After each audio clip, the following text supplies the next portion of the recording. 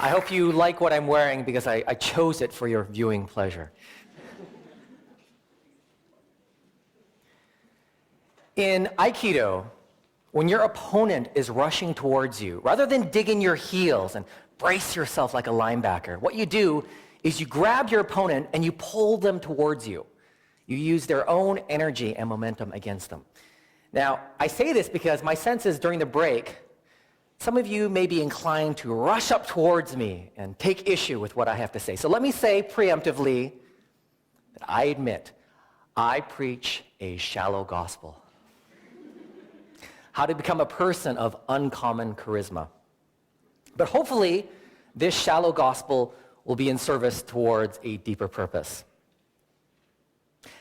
I'm also hoping that among all the people here in this room today, we have at least one common value, and that is this. Whether you're an individual, an artist, a writer, an academic, can we agree that the more people who hear your message, the better? I mean, we have several hundred people in the room today.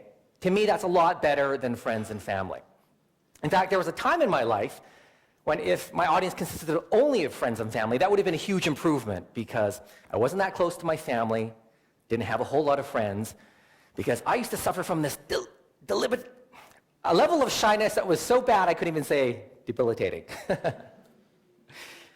I was really shy. In fact, I remember my father, a rather taciturn man, coming up to me one day and saying, "Tetsuro-san, I see you are just like me. You are more comfortable in the world of books and ideas than you are with people. So believe me when I say, if you continue along this path, you will end up as I have become, a social hermit." And I remember looking at my dad thinking, no, yeah, you're totally right.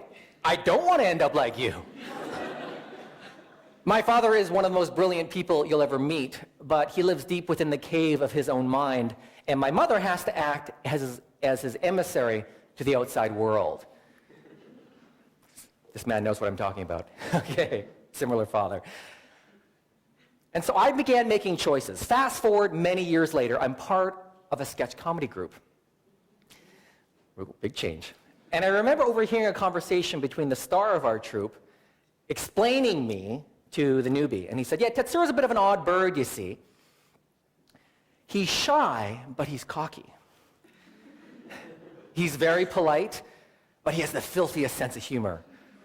And despite the fact that he has long hair, he's actually pretty conservative. Doesn't drink, doesn't do drugs, no tattoos, none of that.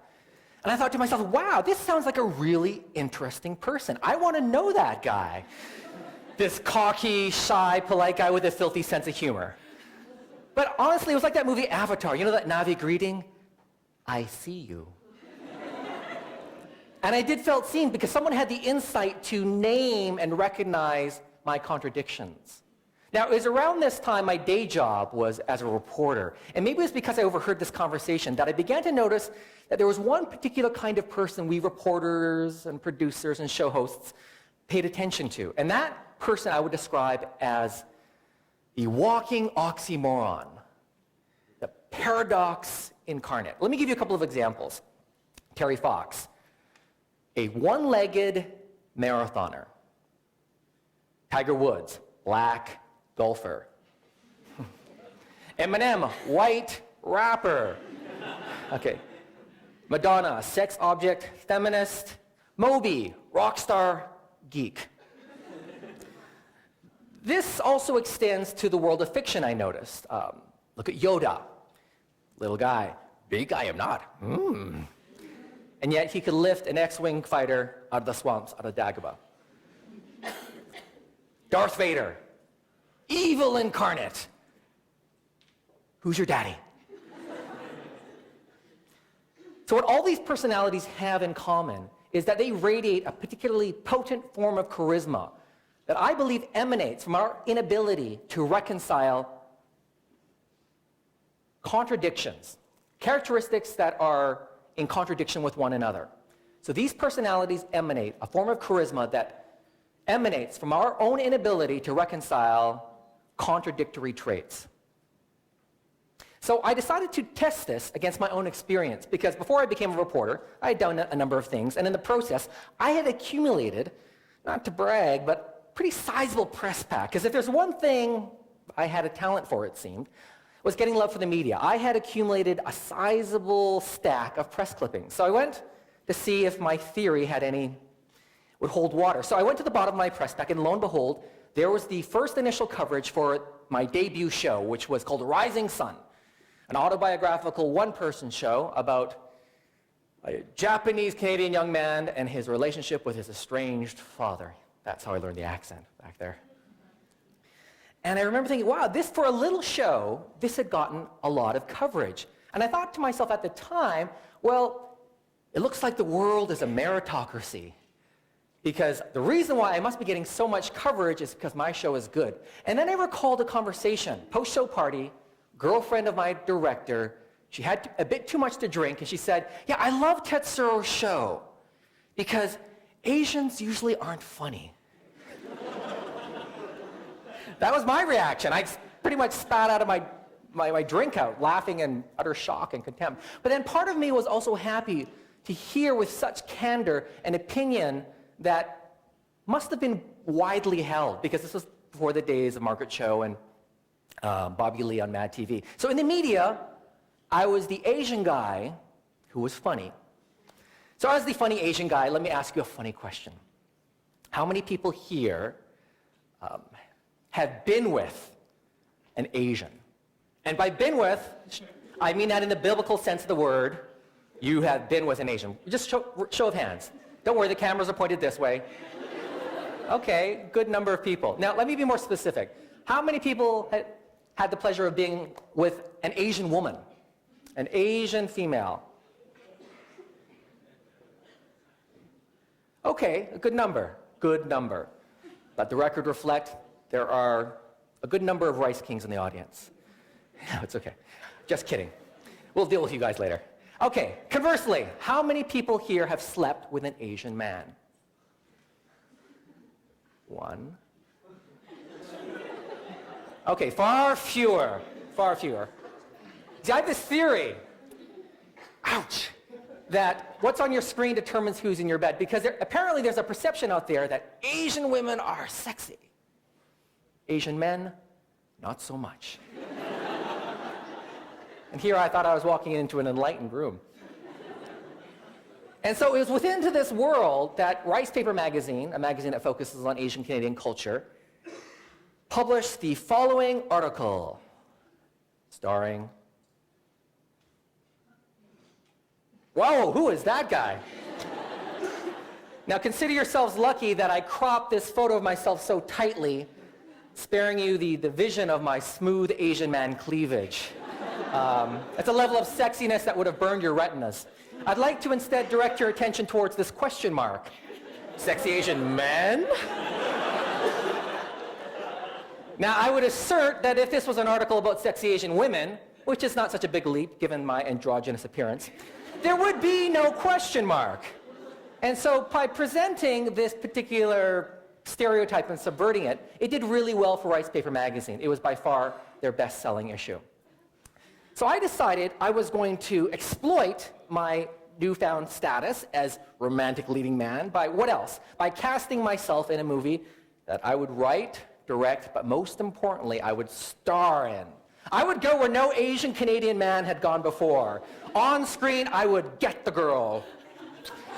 Okay, and I began talking up, and reporters were really interested, and yet, much to my chagrin, they weren't interested in my A plot. Boy meets girl, boy loses girl. They were instead fixated on my B plot, which had to do with angry Asian young men. They had never heard of such a thing. I mean, we all are familiar with the angry young black man, but the angry young Asian man? Black power, you know, that's old school, but yellow power? That resulted in coverage like this.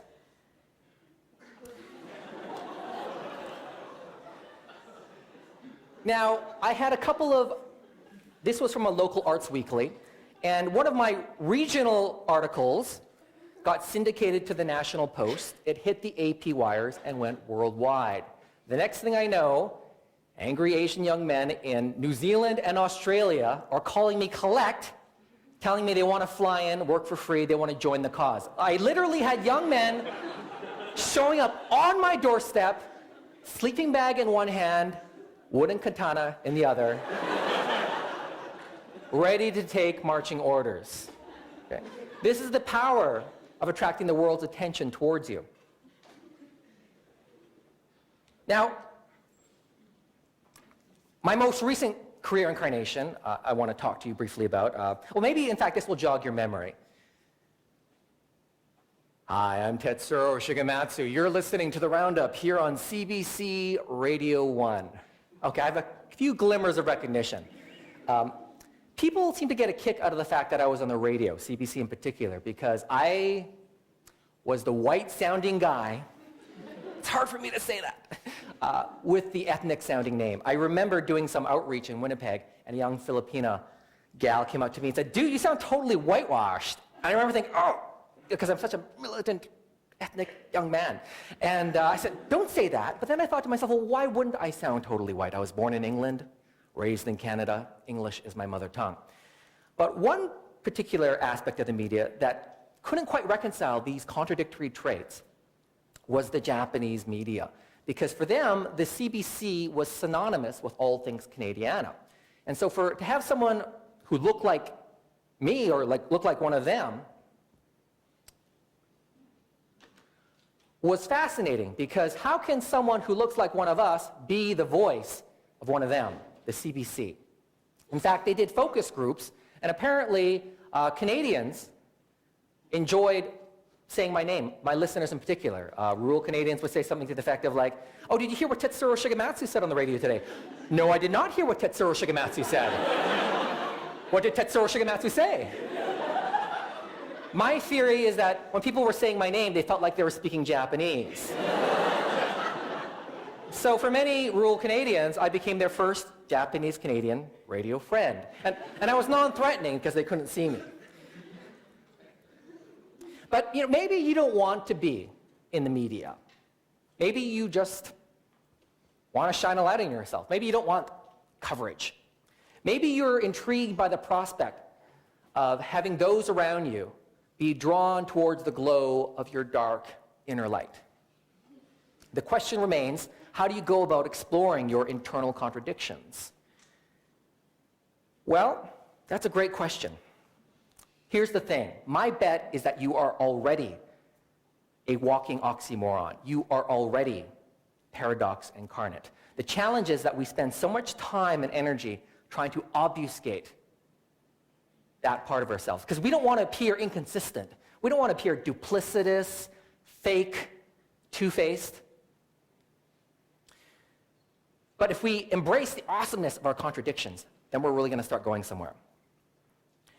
But of course, your contradictions depend on who you are. For example, if you are a white, straight male, then congratulations. You, my friends, have hit the jackpot. Like you need me to tell you that. But seriously, you are absolutely free to define yourself almost any way you please. Now, with your permission, white, straight males, if I may just for a moment address everyone else in the audience. If you are female, if you are a person of color, if you are anything other than straight, then you know from past experience that your work is cut out for you. Because the moment people lay eyes on you, automatically you are predefined with a litany of pejorative characteristics. The moment you walk through the door, you are saddled with a list of characteristics that are usually pretty negative. So I actually want you to think for a moment. What are the top 2 or 3 negative stereotypes that come to mind? Like, if you're Jewish, oh, you probably have a problem with this. Oh, you're First Nations. I bet you got a problem with that. Oh, you're from the Middle East. I'm sorry, we can't let you on the plane because of this, this, and that. What are those characteristics? Those top 2 or 3. Now, in your own mind, I want you to pick the one that is, in your case, most emphatically not true. You might end up with a sentence like this. When people see me, they think I'm just a blank. But, in fact, I am really blank. So in my case, it would be something to the effect of, when people see me, they think I'm just another quiet, young Asian man. But in fact, clearly, I am this sexy, funny, angry guy who apparently sounds totally white. Now, for some of you, recognizing and naming your contradictions will be as simple as looking in the mirror. It'll be there, hiding in plain sight. For others, it may take longer, but I think this is a journey worth taking. Embracing the awesomeness of your contradictions so you can become a person of uncommon charisma. Now that I say it, it is kind of a shallow gospel. But hopefully it really will be in service towards a deeper purpose. For me, I believe the most fascinating thing in the world is other people. But I'm shy, damn it. And that is why I am standing here before you today. Because I want to connect with you. I want to feel less alone in this world. And for me, existing within an indifferent universe, this is the only way I know how to forge meaning. Thanks for listening.